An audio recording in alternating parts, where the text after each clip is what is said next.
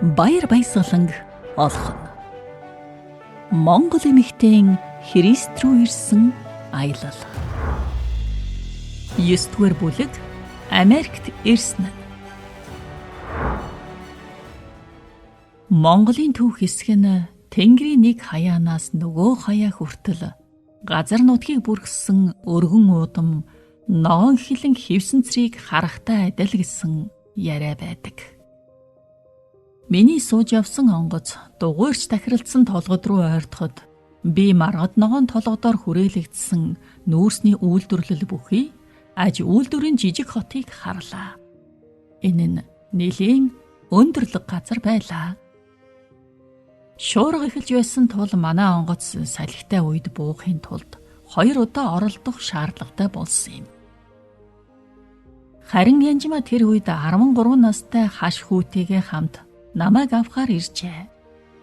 51-р байранд хүрэх зам их түгжрээтэй байлаа. Янжма надад цахилгаан хэрэгслүүд хэрхэн ажилдгийг заан өгч, орон хоолнд хоньны махта хуушур хийж өгсөн юм. Тэгээд би унтаад өгөв. Ингээд би өглөөний 4 цагт сэрээд өглөөний цайнд идэгцүүл хайв. Янжма намайг гудамжны эсрэг талд байдаг супермаркет руу хүргэж өгөхөөр өглөөний 9 цаг 30 минутын үед ирлээ. Бэж байранда кофе буцалгагч худалдаж аваад Univision гэдэг компаниас интернетийн үйлчилгээ авахар боллоо. Би нэмэлт модем авчирсан боловч чиглүүлэгч худалдаж авах шаардлагатай болов. Гайхалтай нь хэдэн цагийн дараа нэг хүн интернетийг мань холбохоор ирсэн ч дараагийн 2 өдрийн турш интернет ажиллахгүй л байлаа. Дараа нь бид Монголын урчуудын эвлэлийн байранд байрлах зургийн урлан руу явж Янжматай хамт хичээл хийхээр ирсэн байгальмаатай уулзлаа. Байгальмаа надад 2-7 хоногийн өмнө хотын төвд байрлах инх тайвны болон Чингисийн өргөн чөлөөнөх Монголын зураачдын үзэсгэлэнгийн танхимд Христч урлагийн гайхалтай үзэсгэлэн гарсан гэж хэлсэн юм. Энэ хотод ийм амьд урлаг байдаг. Мөн евангелист Христч Монгол уран бүтээлчид байдгаа гэж би огт төсөөлсөнгүй.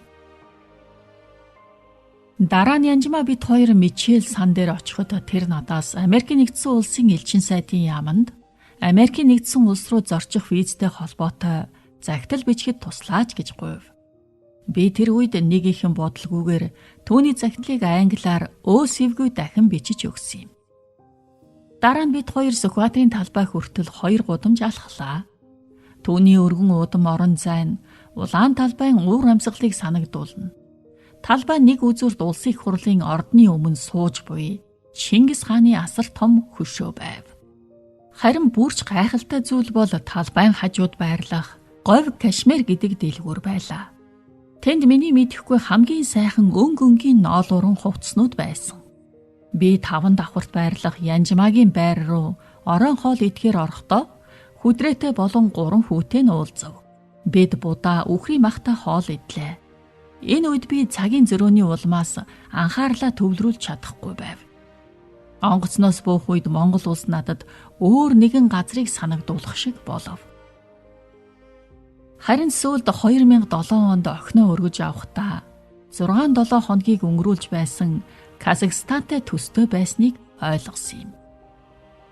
Улаанбаатар хот зөвлөлт холбоотой улсынхтай адил уйтгартай бетонн барилгуудтай. Албан байгууллага болон орон сууцны байшингийн завсар зайгаар барилгын материал хөглөрч бүхэлдээ барилга барьж буй талбай мэд эмх замбраагүй харагдаж байлаа. Жишээлбэл би орон сууц руугаа чиглэн нурсан шатаар өксөхдөө бетон нь нэлэгдсэн арматур дээр гიშгэж байсан юм.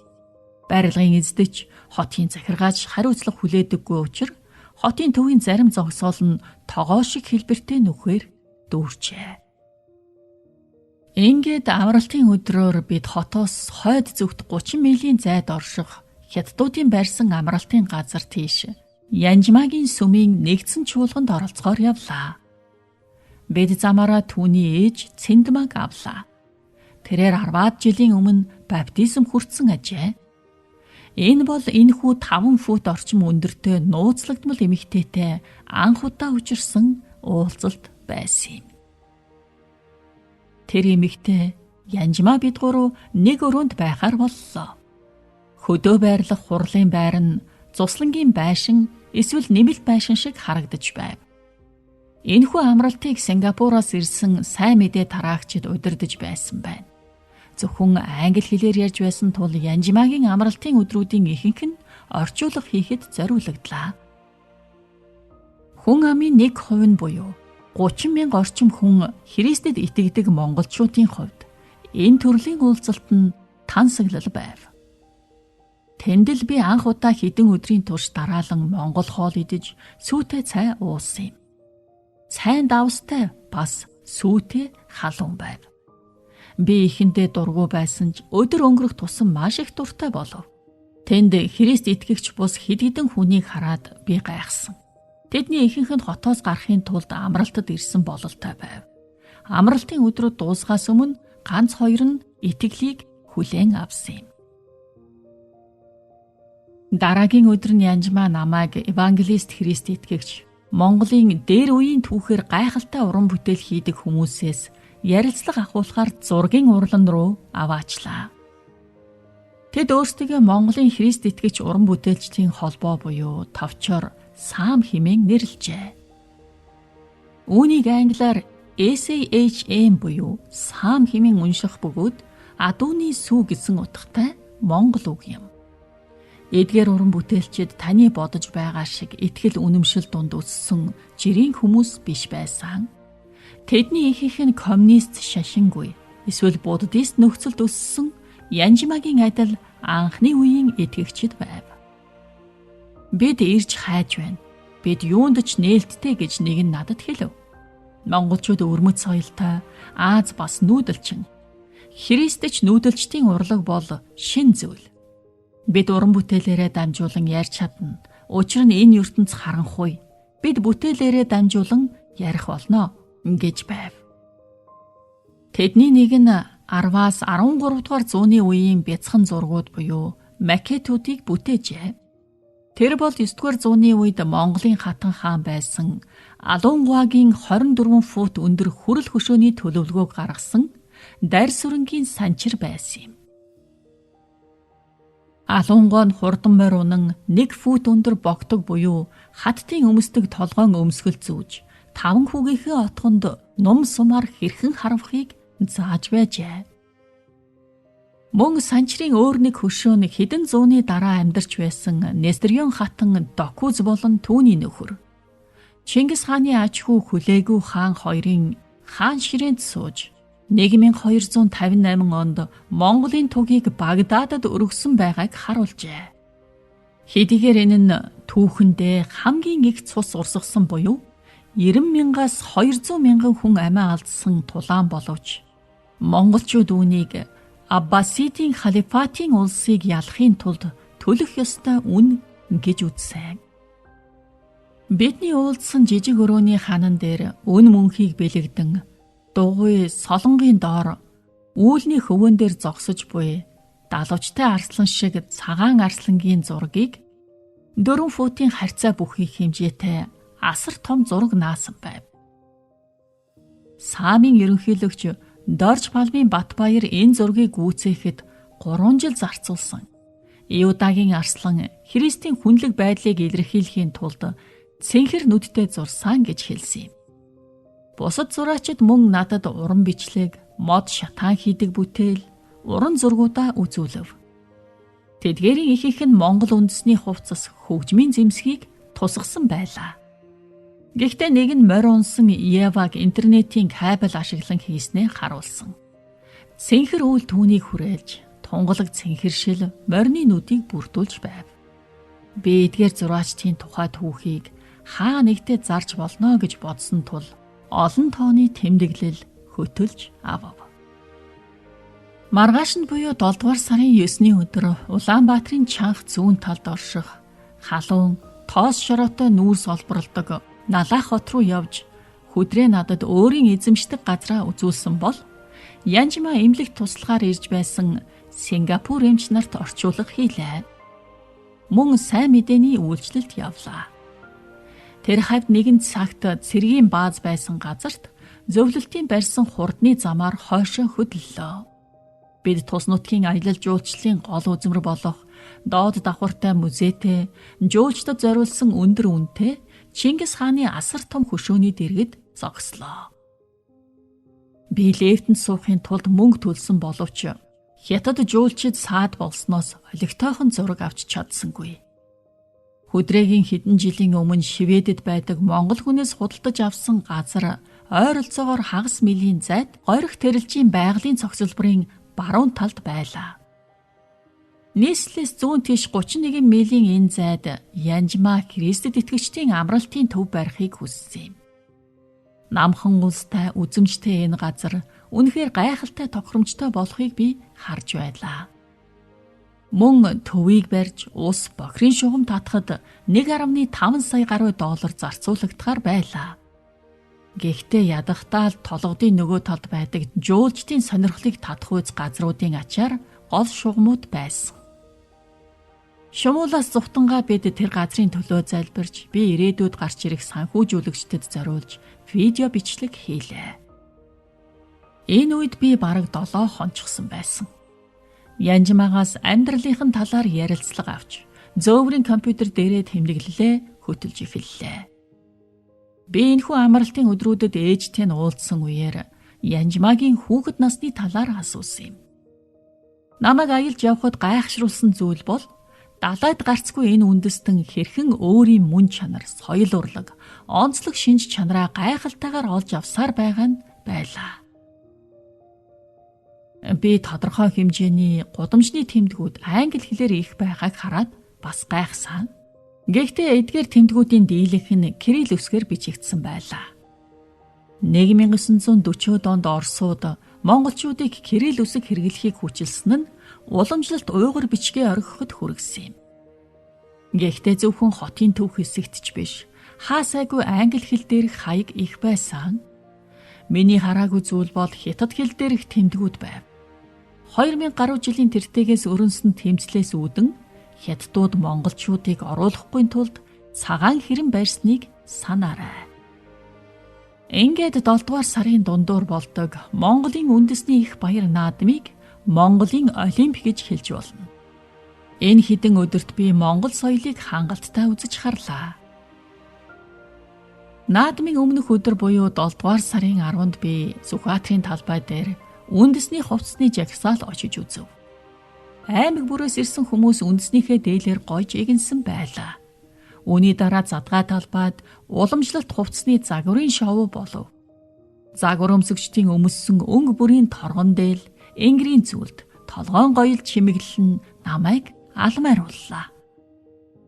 Олонхийнх нь толгоон хоёр талаас сувд унжсан байх ба 1 фут өндөр малгай өмссөн байв. Бусд нь толгойнхоо хоёр талаар шүлжиж унжуулсан үсээ сувдан хавчаараар тогтоосон байна. Чанга яригчаас гарч буй уламжлалт хөгжим сэтгэлийг хөдөлгөж, загварыг мэрэгжлийн хүмүүс үзүүлж, загварын тайзан дээр бүжиглэж, дээлээ ардаа эргүүлж, өндөр өсгийт дээр биеэ тэнцвэржүүлэн хид хідэн маяг үзүүлээд тайзны ард тийш гулсан орж байв. Дараа нь Хятадын зүүн хойд нутгийн ихэнх хэсэг болох Өвөр Монголын загвар өмсөгчдийг танилцуулсан юм.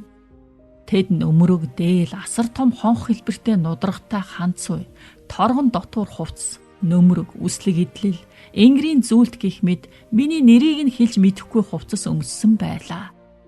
Тэд гайхалтай дайчин, ноёдын дүрийг үзүүлж, жуулчдад зориулан зогсож, зураг татуулав.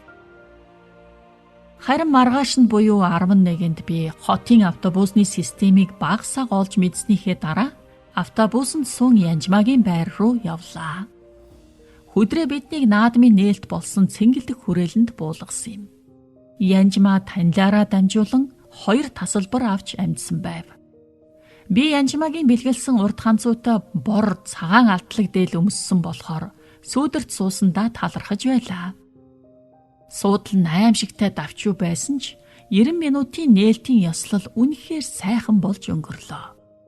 Энэ нь Олимпийн наадмын үеэр хардаг зүйлстэй төстэй ба ёслолын үеэр олон мянган бүжигчин, морьтон, тайзны уран бүтээлчид тус улсын түүхийг дэлгэн харуулж байлаа.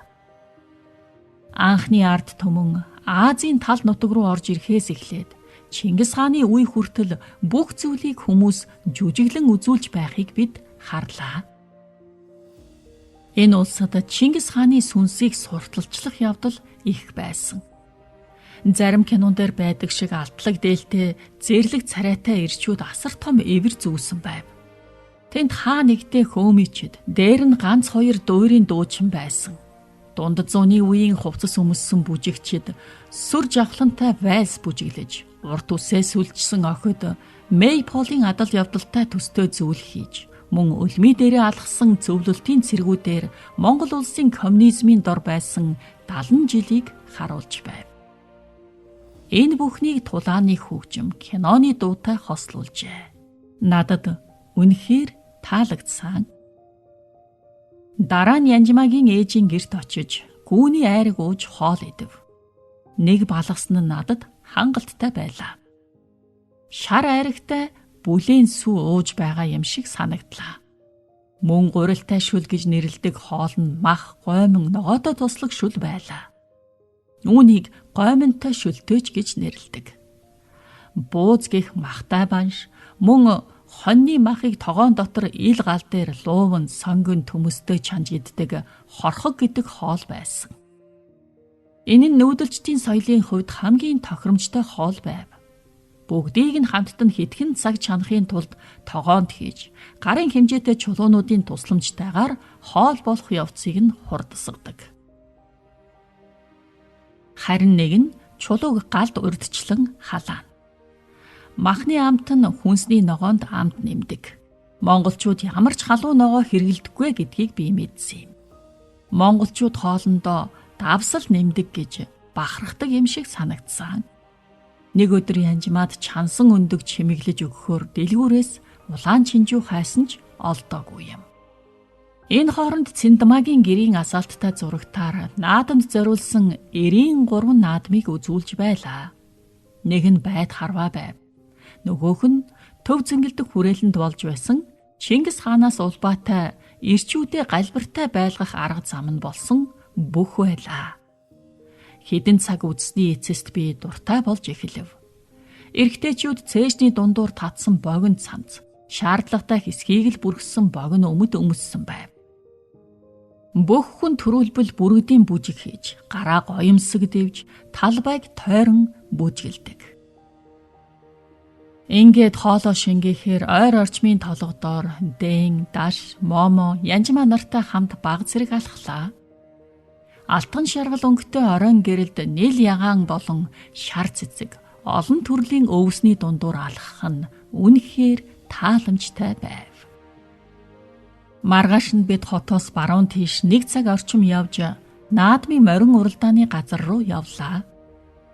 30 км буюу 18.6 миль үргэлжилдэг энэ зам дэлхийн хамгийн урт морин уралдаан. Хурдан морийг унагчд нь тал хэрээр олон километр уралддаг бага насны хүүхдүүд юм. Бид эхлээд гарааны цэгийн ойролцоох улсын их хурлын гишүүд зочдод зориулсан маш том нэгэн гэрт зочлоо.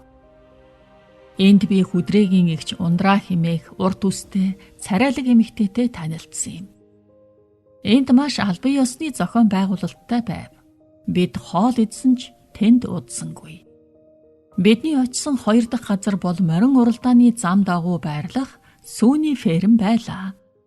Өдрийн ихэнхийг энд 2 гэрт амарч өнгөрөөсөн ба энэ үеэр ирчүүд хонь ядалж махыг нь толгойтой нь хамт чаналаа. Энэ нь нилээд тансаг амттан гэж тооцогддог. Ихэвчлэн зочдод санал болгодог. Харин би аяллахаа ихэнд хоньны толгойтой юу ч идэхгүй гэж намайг зочлогсдод хэлсэн юм.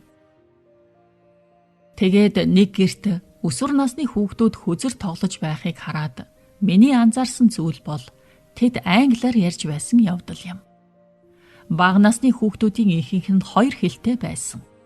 Янжмааг докторийн зэрэг хамгаалж байх үед өсөлтийнхээ хамгийн чухал 4 жилээ Америкийн нэгдсэн улсад өнгөрүүлсэн даш англиар бүрэн чөлөөтэй ярьдаг.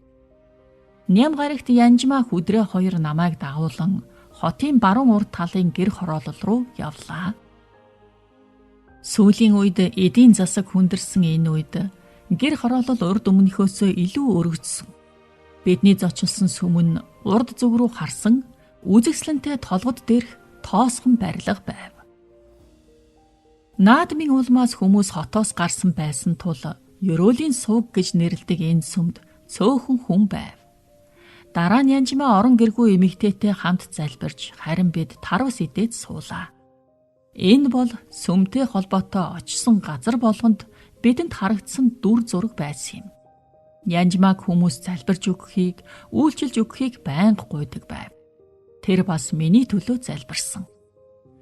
Тэнд байсан эхний 7 хоногт би маш их өвдөж байсан ч Янжмаа миний нуруу чангарсан мөрний булчиг залбирсны дараа би илүү сайхан болсон. Энэ үед би олон хоногийн өмнө Америкийн элчин сайдын яаманд илгээхэд тусалсан загтлын хувь заяа хэрэгснийг мэдсэн юм. Энэ загтал нь Янжмаа хүдрээ 3 хүүхэдт нь Америкийн нэгдсэн улсын 5 виз авахд тусалсан байна. Харин Америкт төрсэн иргэн учраас дээн виз авах шаардлагагүй байв. Тэрхүү визний ачаар түүний гэр бүл удахгүй Хот Каролина руу нүүж, докторийн дараах ажлаа хийж, судалгаагаа хэвлүүлэх боломжтой болжээ. Үнэн дээр тэр намайг Монгол улсаас явснаас 3-7 хоногийн дараа Шарлотт руу нисэх байсан. Хүдрээ Янжмаа хоёр 51-р байр болон хотын төвд байрлах өөрийн сууцыг худалдах зарыг аль хэдийн тавьсан байв. Энд байх сүүлийн 7 хоногтоо ороход Янжмаа надад бас нэг зүйл хийх хэрэгтэй байна гэлээ. Энэ нь нэлээд хол хээр байрлах гэр бүлийн фермд зочлох байв. Бид буцаж налаахын хажуугаар давхиж Чингис хааны хөшөөний хажуугаар хурдны замаар өксөж, замын хажууд байрлах бөөгийн хөшөө рүү дахин 15 миль явлаа. Хүдрээ машин барьж байсан юм. Шорон зам руу орж хөндийгөөр үзэсгэлэнт ногоон байгальтай газраар олон миль давхисан ба хагас миль тутамд хэсэг гэр дайралдаж байлаа. Бид эцэст нь горхины хажууд байрлах нэг гэрээс нь антийн цухуусан 4 гэр дээр очлоо. Би яманд зориулсан хашаа их хэмжээний хонин сүрэг 20-30-аад адуу байхыг харлаа. Би Янжмаагийн хойд эцгийн олон төрөл төрөсөдтэй уулзаж, гадаа угаалгын өрөөтэй танилцав. Тэгээд Янжмаа бид хоёр хотын нэгэн их сургуульд зөвлөгчөөр сурдаг нэг хүүхэд өсвөр насны охинтой ойролцоох ингэрээр алхсан юм. Өсвөр насны охин тэнд Янжмаагийн их сургуулийн 100 хийдэг байсан зүйлийг л хийж байлаа. Эдгээр өдөрт хэд хэдэн удаа гүүсаах, үнээсаах, ямааны хашаа цэвэрлэх, малчны ердийн ажил хийх, өглөө эрт босох зэрэг багтана. Гүүний сүүн тэдний гол мөнгө олох хэрэгсэл байсан юм. Тэнд бүх төрлийн сүүн бүтээгдэхүүн, тэр дундаа тарганы үлдэгдлэр хийсэн хизээж мууддаггүй хатууруулсан цагаан аруул байв. Унаг нь хажууд нь зогсоход л гүү сүүгээ гаргадаг болохыг би ажигласан тул хүүхнүүд хувингаа дүүргэж байхад унагнууд их хөдөлгөөнтэй байлаа. Тал газар миний мэдэхгүй өвс ногоон үнэрдэж байв. Энэ нь арц эсвэл шарилж биш байсан ч анхлын үнэр хаа сайгүй байв. Бууцны үнэрч мөн адил байсан. Харин охины хувьд аав нь бага байхад нь өөрийгөө дүүжлэн амиа хорлсон. Харин аригчин ээж нь Улаанбаатар хотын хаа нэгтээ амьдардгаа гэв. Тиймээс өвөө эмээ хоёр нь энд өсгчээ. Янжмаа түүний төлөө залбирч байх үед тэр уйлж байлаа. Би үдээс хойш зугаалж гэрлийн шилжилтийг харан бороо орохын өмнө тэнгэр хэрхэн мөсөн саарал мөнгөлөг өнгөтэй болохыг харж баясав. Бидний эргэн тойронд тод ногоон өнгөөр бүрхэгдсэн хуучин галт уулын гоёмсог ингэрүүд байв. Орой болоход адуу ямаа хонь олноор ирлээ. Хончт нь богино ханцуутай цамц футболк, бейсболын сарвчтай малгай, спортын өмд өмссөн залуучууд байв. Эцэст нь чидуун шиг ногоон өнгөтэй толгодын дээгүүр бараг бүтэн сар гарч ирэв. Харин бид дотор хоол хийх зориулалттай хавтгай хэсэг ба яндантай зуухны хажууд байрлах намхан ширээний эргэн тойронд явган сандал дээр сууцгаав. Хан нь улаан шар өнгийн цэцэгтэй хэвлэмэл зурагтай, ногоон дэвсгэрээр хужигдсан байв. Орон хоол нь хоньны янз бүрийн хэсгүүдээр хийсэн хоол байлаа. Бид ходоод уушиг зүрх, бөөр, мөн гэдэс дотрийн махаар дүүргэж хийсэн хяа мэдэж үзлээ. Бүх зүйл маш их өөхтэй байсан. Архи уусны дараа нойр их хүрв. Харин Монголыг ойлгохын тулд хотоос гарч бүх монголчуудын сэтгэл оршдог хөдөө очих ёстой юм байна гэдгийг би ойлгосон юм. Тал нутаг бол тэдний жинхэнэ их орон юм. Ингээд маргааш нь бид тэндээс буцав. Хэд хоногийн дараа борооноор байгалмаа намайг хүчирхийлэлд өртсөн октын аюулгүй байр болох Цөлийн Сарна гэдэг газарт аваачаар 2 автобус дамжин хотоор дагуулan явлаа. Өнгөрсөн жил нэгдсэн үндэсний байгууллагаас тус улс дахь бэлгийн болон гэр бүлийн хүчирхийллийн талаар үнэхээр ичмээр тоо баримт гарснаас хойш Монгол улс ямар алхам хийсэн тухай нийтлэл бичгээр би төлөвлөж байсан юм. Байгууламж нь маш сайхан байв. Ялангуяа тэдний шинэ номын санг Швейцарын сангийн хөрөнгө оруулалтаар хийжээ. Өрөөнөөжм, модон шалтай, цонхны суудал дээр зөөлөвчтэй. Номууд нь ихэвчлэн англи, монгол хэл дээр байлаа. Орос хэл дээр ганцхан ном байсан нь хүүхдүүд хэлний хувьд ямар чиглэлд явж байгааг харуулж байв. Энд эцэг ихтэй зодуулсан, бэлгийн хүчирхийлэлд өртсөн, гудамжинд орхигдсон охид байсан.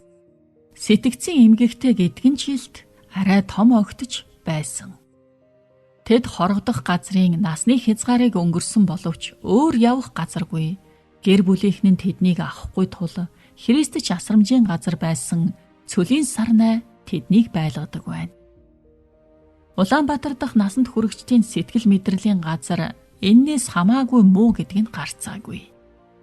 Тэнд байх хугацаа маань дуусах төхөж байхад Цэнгэлдэх хүрээлэнгийн ойролцоох зочид буудлын 5 давхарт байрлах хотын хараа хэмээх Янжмаагийн сүмд зочилсон юм. Би мөн хотын буддын шашны гол цэг болох гандан тэгчлэн хийдээр дайрсан ба төвд лам нарын уншлага дуулдаж байв. Харин сонирхолтой нь буддын шашны бурхан Авалокитесварагийн 26 метр өндөр хөшөө байв. Дараа нь Янжмаа намайг үндэсний статистикийн хорооны дарга Аюушийн ариун заяа буюу Бэлгийн хүчирхийллийн талаарх нэгдсэн үндэсний байгууллагын дүгнэлтийн талаар илүү ихийг хэлж чадах эмэгтэйтэй ярилцлага хийлгэхээр тохирсныг би мэдэв. Би өөрт байгаа хамгийн сайхан хувцас өмсөөд Янжмаатай хамт Сүхбаатарын талбайн ойролцоох Төрийн ордны 2 дугаар давхарт гарлаа. Ариун заяагийн онцолсон зүйлс бичиж байсан өгүүллийг мань дуусгахад хэрэгтэй байлаа. Өвөө нь 90-ад оны ихээр ерөнхий сайдаар ажиллаж байсан болохоор энэ эмэгтэй давуу талыг маш их мэддэг. Харилцаа холбоо сайтай нэгэн байжээ.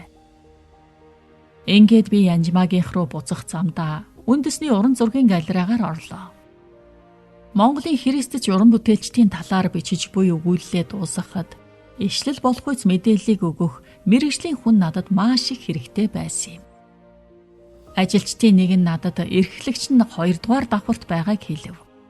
Би нэг өрөөрөө шагаахтаа тэнд сайхан хувцалсан 2 эмэгтэй байхыг харлаа. Би дотогш орж өөрийгөө зохиолж гэдгээ хэлээд евангелистуудын зурсан зургийг үзүүлж санал сэтгэгдлийг нь авч болох эсхийг асуув. Тэд орчуулахад туслуулахаар хэн нэгнийг дуудаад кафе санал болгож улмаар яриа маань хизээ нэгэн цагт Сиэтлд Монголын уран зургийн үзэсгэлэн гаргах тухай санаа болтлоо сайхан өрнөсөн юм. Захирал Бэмбжүүийн саран туяа евангелистуудын талаар юу ч мэддэггүй байсан ч бэлэг дурсгалын дэлгүүртээ ил захидал дээр орчин үеийн буддын шашны урлаг дүрслэгдхийг зөвшөөрсөн байна. За яахав, одоохондоо болох юм. Дараа нь би Янжмаа хүдрээ хоёрын гэрт очив. Бид сүүлийн удаа хамт хооллохоор ойролцоох хятад ресторанд очлоо. Би энэ 3-7 хоногийн хугацаанд хотын төвийн гол цөмтэй сайн танилцсанаа ойлгож тэр хаваар аялахтаа тухтай байлаа. Сүхбаатарын талбай руу алхаж байсан анхны өдөр минь үнэхээр хэцүү байсан. Одоо би хотын зарим хэсгийг таньж гол судснууд болон хөрш зэргэлдэх газруудын талаар нэлээд сайн ойлголттой болсон. Тэгээд Янжмаагийн өмнөх түгшмээр үүрэг даалгаврыг ойлгосон маань эх саруудад надад сайнаар нөлөөлсөн. Америкийн нэгдсэн улсын зохиолч сэтгүүлч Жулия Дювиний бичсэн Баяр баясгалан олхон буюу Монгол эмэгтэйн Христ рүү ирсэн аялал номын 9-р бүлгийг та хүлээн авч сонслоо.